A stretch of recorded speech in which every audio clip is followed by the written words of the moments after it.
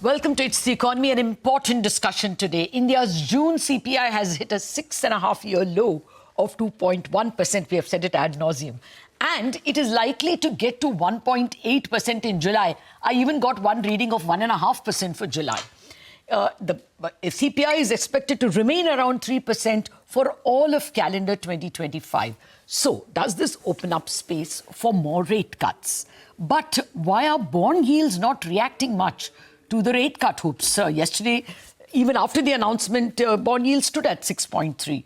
To answer all these questions, I'm joined by Aurodeep Nandi, the India economist and vice president at Nomura Financial Advisory and Securities, who has just written actually a superb report on rate cuts and their link to credit growth. Also joining us is Abhishek, Bisen, head of fixed income at Kotak AMC. Gentlemen, thank you very much indeed for your time.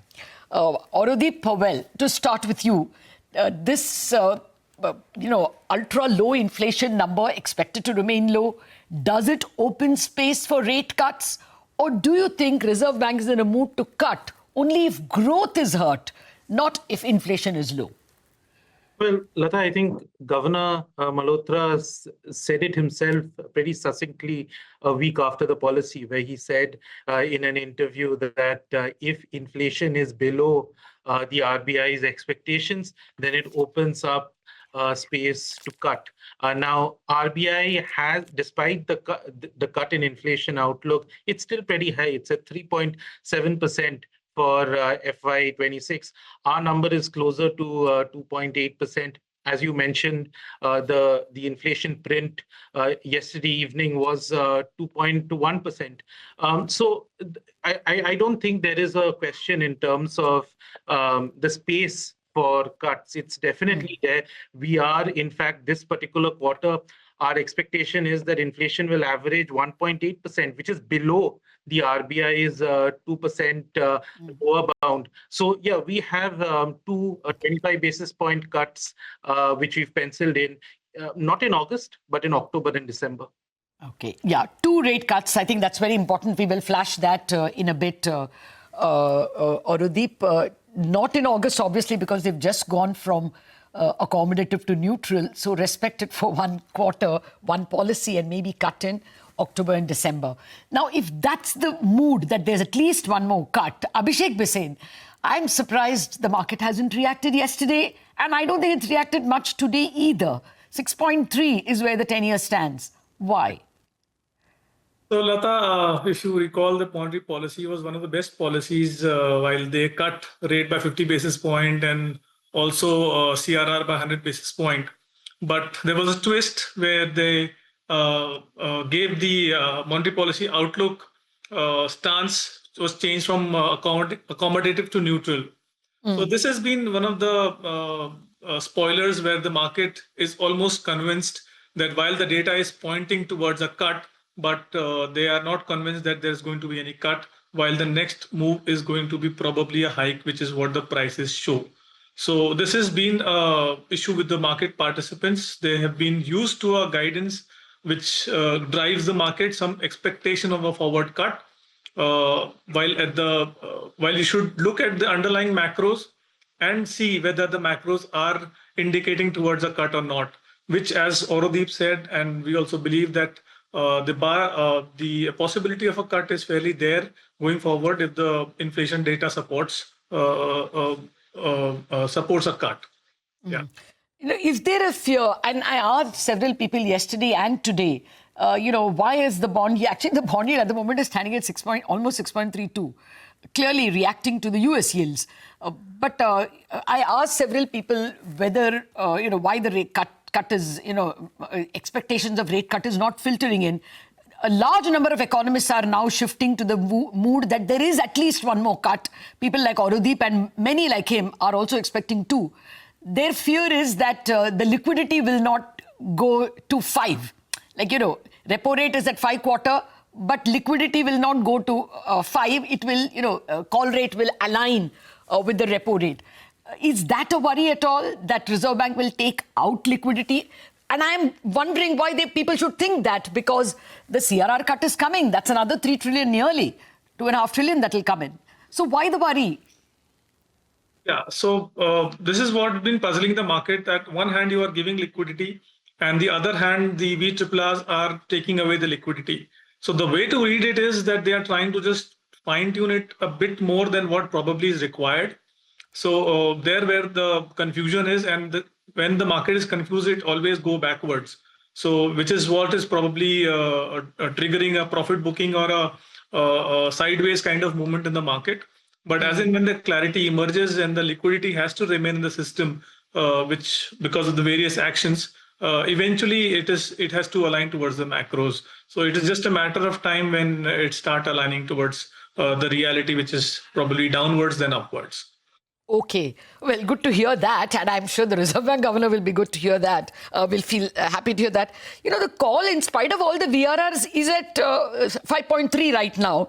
Yesterday's rate, 5.35 right now. Yesterday's closing rate was 5.3. Average rate was 5.3. It's not as if call has gone up because of the VRRs.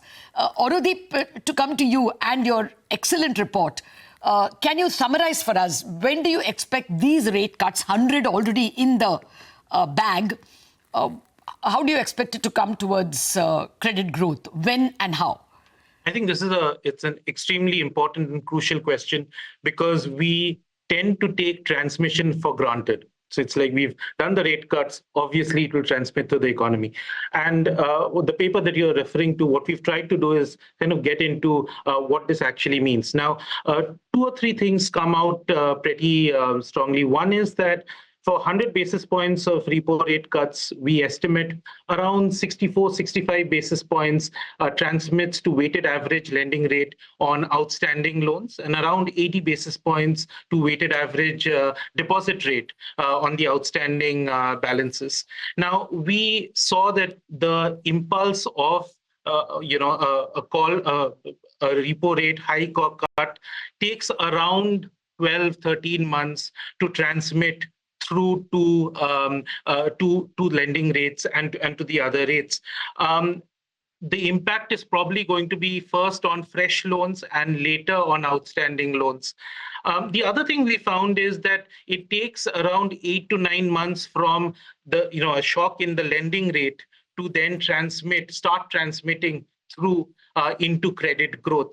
But I think what we found pretty interesting is that it's not same across all credit categories. So when you look at MSMEs, when you look at the small, micro, medium enterprises, we see that kind of credit growth quite sensitive to shocks in lending rate. What we found very curious was that retail isn't actually that sensitive to changes. So things like auto, home, credit card isn't that sensitive. And in the case of vehicle loans and credit card loans, actually there is a big component that is based on fixed interest rates. Narrative which... Okay. 1 minute. What you're saying is that if there is a rate cut, then MSMEs are more lured to demanding credit, but you don't see demand for home loan, auto loan and credit card loans simply because the rates are lower. Correct? That's your finding. So, econometric studies kind of suggest that when rate cuts have happened, even after 12, 13 months, it hasn't really led to a sharp rise in home loan credit or auto loan credit. So this is based on past data. No, I agree with you. I mean, if I want to buy a house, I would buy depending on my situation. And how many times will I take a home loan in my life? Max 2. I mean, for most of us, it would be once. So you can't really time it. And anyway, these are floating rates. So even if you enter at a lower rate, you're going to pay more later. But Aurodeep, what I found even more intriguing was your credit growth number. You're saying credit growth will fall from the current 10.5% to 7 to 8%. We're going to be, I mean, that's a little serious. Oh, well, absolutely. I mean, look, one is that it takes time from your rate cuts all the way to lending rates, and from lending rates to credit growth. So there is a lag. It's not going to be immediate. So it's not like at the end of this year, we'll suddenly see everything starting to pick up. And I think the view on credit growth, there are 2 points. One is the first point, which you alluded to, which is for good transmission, you need great communication and you need all your actions to be aligned in a particular way. What we've seen from the RBI, as Abhishek mentioned, is that there's been a lot of mixed messaging, right? There's 50 basis points cut, but a change in stance, but withdrawal of liquidity, but there is space to cut. So there's actually a lot of mixed messaging there. And secondly, it's also the state of the economy, right? So you would have credit growth when you would see strong domestic demand, which in our view is missing. So urban consumption growth has been weak. The IP growth numbers have been relatively weak. CapEx demand on the private side isn't that broad-based. So I think it's a mix of all these factors. Okay, fair point. Actually, I will be speaking to the Reserve Bank governor later today, and the interview should be relayed by about 2 o'clock. Let's see if the messaging is still mixed or mixed in which direction. Maybe we will get a better direction. But Aurodeep, your credit growth number is 6.2%. Sorry, your GDP growth number is 6.2%, right? That is not a terrible number. If RBI is fixed that we will intervene more only if growth really breaks down, 6.2 is not a bad number at all. It isn't, but again, 6.2 is lower than the RBI's projection of 6.5%. And the inflation side, there is a big undercut, right? As I mentioned, 3.7%, our number is around 2.8%. Okay. So the point is that, do we need rate cuts? The answer is yes, right? Okay. And then is there space for rate cuts? The answer is also yes. Well, the point is the Reserve Bank governor, when I asked him about the real rate that he would be comfortable with, he said that, okay, we have got a 3% inflation this year, but next year it is 4.5, according to the MPR. So if you're looking at a 12-month forward, I think we are the real rate at 150 basis points is not bad. But anyway, let's see whether they have a different trajectory of inflation going forward. Abhishek, will there be a big difference if there is the government borrowing program were to concentrate less on the 30 and 50 year? The last borrowing program, in anticipation of insurance demand, I think, they gave about 35% to the very long paper. If that is reduced and brought more towards 10-year, is that better, or will that be even worse for the benchmark? So that's a very good point. So we've been highlighting this point for some time now. So yes, the supply on the longer end has been fairly high, which is in absence of demand, it appears that the supply is very high, and which is taking the yields higher on the longer end. So in a way, if you look at retail loans are being lent at 775 or so, and the government of India is borrowing at 7.25 on an annualized basis. So which appears that the government is borrowing at slightly expensive rate because of the demand supply issues. So if they are able to correct this demand supply imbalances by giving some readjustment towards the shorter end, so overall it will be good for the markets. Okay. I want to squeeze one last question simply because I'm going to meet the governor. Abhishek, even if the rate cut comes, there is another rate cut. The bond market case seems to say that, there is no more further rate cut, so it's not falling. Is there any point in the Reserve Bank really following the bond market so much? And let us assume that he indicates there is space. Let us assume when he is speaking to me, he looks dovish. Do you think there will be a fall? Yeah, I believe so. If the communication becomes much more clearer, there will be a follow through. And much more than that, just let me highlight one more point. Clear guidance on liquidity is more important than cuts. We were of the opinion that instead of using cuts, you can use liquidity as a tool to influence bond yields. That will be a very positive factor, because that impacts transmission in much better way than just the cuts. Because if you constrain liquidity... Despite all the VRR, the liquidity in the market is about 3 lakh crore. And look at the TREPS today. TREPS is at 5/4. I mean, I don't know what the bond market wants. You've got all the liquidity. But anyway, that is between you and the Reserve Bank governor. I will have to call it a day because, we are at the end of the show. Abhishek, Aurodeep, thank you very much for a very fruitful conversation and for prepping me up for an important interview. Thank you for joining me. And let me just repeat this very important programming alert. The Governor Reserve Bank will shortly be speaking to me. Expect answers for all the questions that are bothering you. Does the 6-year low inflation open up space for more rate cut or rate cuts? Does low CPI give Reserve Bank scope to keep liquidity surplus for longer? Will tariff wars force down Reserve Bank's GDP growth forecast?